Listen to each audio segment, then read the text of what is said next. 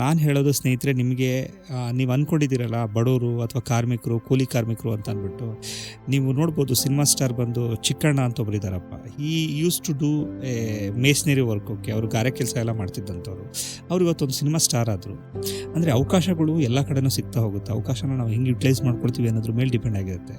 ನಮ್ಮ ಮೈಂಡಲ್ಲಿ ನಾವು ಫಿಕ್ಸ್ ಆಗಿಬಿಡ್ತು ಅಂದರೆ, ನಾನು ಕೂಲಿ ಕಾರ್ಮಿಕನೇ ಅಂತ ಫಿಕ್ಸ್ ಆದರೆ ನಿಮಗೆ ಎಂಥ ಐಶ್ವರ್ಯ ತಂದು ಕೊಡ್ತು ಅಂದ್ರೂ ನಿಮ್ಮ ಕೈನಲ್ಲಿ ಬದಲಾಗೋಕ್ಕಾಗಲ್ಲ. ಕನ್ನಡದಲ್ಲಿ ಒಂದು ಒಳ್ಳೆ ಗಾದೆ ಇದೆ ಅಲ್ಲ, ಮನಸ್ಸಿದ್ರೆ ಮಾರ್ಗ ಅಂತ ಅಂದ್ಬಿಟ್ಟು. ಸೊ ಮನಸ್ಸಿದ್ರೆ ಯಾವತ್ತೂ ಮಾರ್ಗ ಸಿಕ್ಕತ್ತೆ.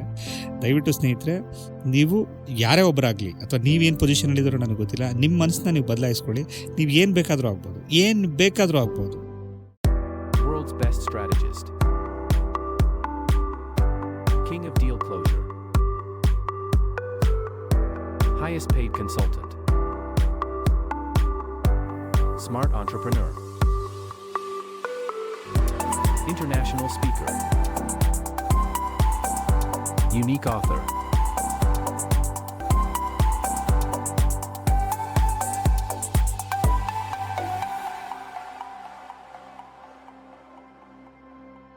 ಇದು ನಮ್ಮ ರಿಯಾಲಿಟಿ ಕ್ವಶನ್ ಸರ್. ಅಂದರೆ ನಮ್ಮ ಪ್ರೇಕ್ಷಕರು ಕಮೆಂಟ್ ಮಾಡಿರೋ ಕ್ವಶನ್. ಕಾಮನ್ ಮ್ಯಾನ್ ಒಬ್ಬರು ನಿಮ್ಮ ಜಾಬ್ ಮಾಡೋಕ್ಕಿಂತ ಬಿಸ್ನೆಸ್ ಆರ್ ಎಂಟರ್ಪ್ರಿನರ್ಶಿಪ್ ಬೆಟರ್ ಅಂತ ಹೇಳಿರೋ ವಿಡಿಯೋದಲ್ಲಿ ಕಮೆಂಟ್ ಮಾಡಿದ್ದೇನೆಂದರೆ, ಸರ್ ಇಂಜಿನಿಯರ್ಗೆ ಏನು ಸಂಬಳ ಸಿಗುತ್ತೋ ಅದೇ ಸಂಬಳ ಕೂಲಿಗೆ ಸಿಕ್ಕಿದ್ರೆ ನಾಳೆ ಎಲ್ಲರೂ ಕೂಲಿಗೆ ಬಂದ್ಬಿಡುತ್ತಾರೆ.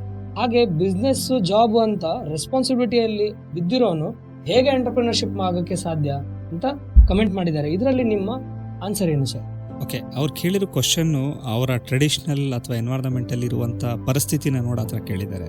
ಸೋ ಕಾಲ್ಡ್ ಇಲ್ಲಿ ತನಕ ದೊಡ್ಡದಾಗಿ ಯಾರ್ಯಾರು ಬೆಳೆದಿರ್ತಾರೆ ಅವ್ರು ಯಾರೂ ಕೂಡ ಇಂಜಿನಿಯರ್ ಓದೋರಾಗಲಿ ಅಥವಾ ಡಾಕ್ಟ್ರ್ ಓದೋರಾಗಲಿ ಅಥವಾ ದೊಡ್ಡ ಹೈಯರ್ ಪೊಸಿಷನಲ್ಲಿರೋರಾಗಲಿ ದೊಡ್ಡ ವ್ಯಕ್ತಿಗಳಾಗಿಲ್ಲ.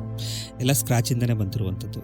ನಾನು ಆ ಸ್ನೇಹಿತರಿಗೆ ಅಥವಾ ವೀಕ್ಷಕರಿಗೆ ಹೇಳುವಂಥದ್ದು ಒಂದು ವಿಷಯ, ಅವ್ರ ಹೆಸರು ನನಗೆ ಗೊತ್ತಿಲ್ಲ, ಬಟ್ ಸ್ಟಿಲ್ ಅವ್ರ ಕ್ವಶನ್ಗೆ ನನ್ನ ಆನ್ಸರ್ ಏನಪ್ಪ ಅಂತ ಹೇಳ್ತು ಅಂತಂದರೆ, everything is in our mind. Okay, ನಾನು ಒಂದು ವಿಡಿಯೋದಲ್ಲಿ ನಾನು ಹೇಳಿದ್ದೀನಿ, ಮೈಂಡ್ ಸೆಟ್ ಮಾಡ್ಕೊಳ್ತು ಅಂತಂದರೆ ನಾವು ಬ್ಯಾಂಗ್ಳೂರಿಂದ ಮಡಿಕೇರಿಗೆ ಹೋಗ್ಬೇಕಾದ್ರೆ ಮೈಸೂರು ಹತ್ರ ಅಂತ ಅನಿಸುತ್ತೆ, ಅದೇ ಬೆಂಗಳೂರಿಂದ ಮೈಸೂರು ಅಂತ ಹೋದಾಗ ಮೈಸೂರು ದೂರ ಅಂತ ಅನಿಸುತ್ತೆ ಅಂತ ಅಂದ್ಬಿಟ್ಟು ಹೇಳಿದ್ದೀನಿ.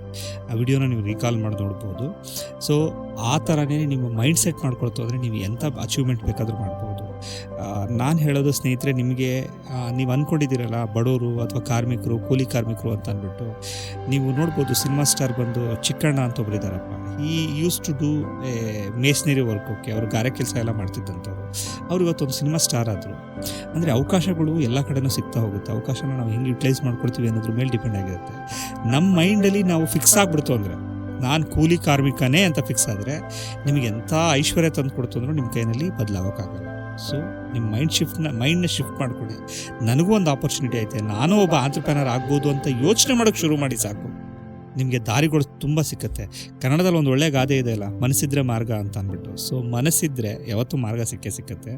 ದಯವಿಟ್ಟು ಸ್ನೇಹಿತರೆ, ನೀವು ಯಾರೇ ಒಬ್ಬರಾಗಲಿ ಅಥವಾ ನೀವೇನು ಪೊಸಿಷನಲ್ಲಿದ್ದಾರೋ ನನಗೆ ಗೊತ್ತಿಲ್ಲ, ನಿಮ್ಮ ಮನಸ್ಸನ್ನ ನೀವು ಬದಲಾಯಿಸ್ಕೊಳ್ಳಿ.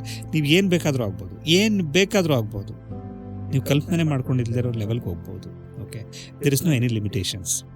ಇದಕ್ಕೆ ಒಂದು ಕಂಟಿನ್ಯೂಷನ್ ಕ್ವಶನ್ ಏನಂದ್ರೆ, ಅವರು ಅದೇ ಕೂಲಿ ಕಾರ್ಮಿಕ ಅಥವಾ ಏನೇ ಒಂದು ಸಣ್ಣ ಕೆಲಸ ಶುರು ಮಾಡ್ತಿರೋರು, ಅವರಿಗೊಂದು ಸ್ಟಾರ್ಟಿಂಗ್ ಸ್ಟೆಪ್ ಏನು ಕೊಡ್ತೀರಾ ಸರ್? Okay, nice. ನೀವು ಯಾವ ಕೆಲಸನಾದ್ರು ಮಾಡ್ತಾಯಿರಿ, ಇಲ್ಲಿ ದೊಡ್ಡ ಕೆಲಸ ಚಿಕ್ಕ ಕೆಲಸ ಅಂತ ಯಾವುದೇ ಥರದ ಕೆಲಸಗಳಿಲ್ಲ.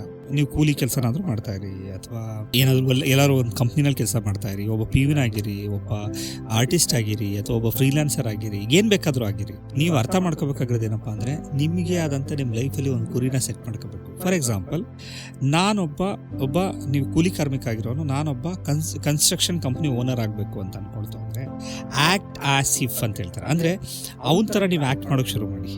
ನಾನು ಓನರ್ ಆದರೆ ಹೆಂಗಿರ್ಬೋದು, ಓನರ್ ಯಾವ ಥರ ಆಗ್ತೀನಿ, ಓನರ್ ಆದರೆ ಏನೇನು ಮಾಡ್ತಾರೆ, ಓನರ್ ಹ್ಯಾಬಿಟ್ಗಳೇನು ಅನ್ನುವಂಥದ್ದು ನಿಮ್ಮ ಮೈಂಡಲ್ಲಿ ಪ್ರಾಕ್ಟೀಸ್ ಮಾಡೋದಕ್ಕೆ ಅಂತ ಡೈಲಿ ಶುರು ಮಾಡ್ಕೊಂಡು ಹೋಯ್ತು ಅಂತಂದರೆ ನಿಮಗೆ ಮಾರ್ಗಗಳು ಸಿಗೋಕ್ಕೆ ಶುರುವಾಗುತ್ತೆ.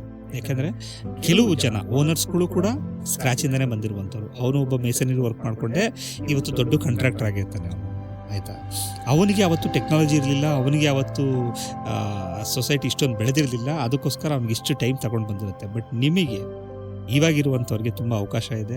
ಟೆಕ್ನಾಲಜಿ ಯೂಸ್ ಮಾಡ್ಬೋದು, ನಿಮ್ಮಲ್ಲಿರೋ ಟ್ಯಾಲೆಂಟ್ನ ಯೂಸ್ ಮಾಡ್ಬೋದು.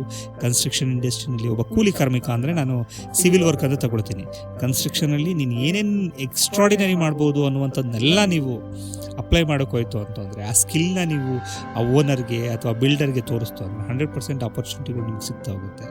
ಒನ್ಸ್ ಆಪರ್ಚುನಿಟಿ ಸಿಗ್ತಾ ದುಡ್ಡನ್ನ ಸೇವ್ ಮಾಡ್ತಾ ಬನ್ನಿ. ದೆನ್ ಅಗೈನ್ ಅದರಲ್ಲಿ ನಿಮ್ಗೆ ಏನು ಸೇವ್ ಮಾಡಿರ್ತಾರೆ ಅದರಲ್ಲಿ 10% ಇನ್ವೆಸ್ಟ್ ಮಾಡೋಕ್ಕೆ ಅಂತ ಶುರು ಮಾಡಿ ನಿಮ್ಮ ಲೈಫು ಬೇರೆ ಥರನೇ ಹೋಗ್ತಾ ಹೋಗುತ್ತೆ. ರೈತ ದೇಶದ ಬೆನ್ನೆಲುಬು, you know that. Okay, so our backbone is a farmer. So people are not understanding actually that word properly. So I'm planning to bringing that into the truth.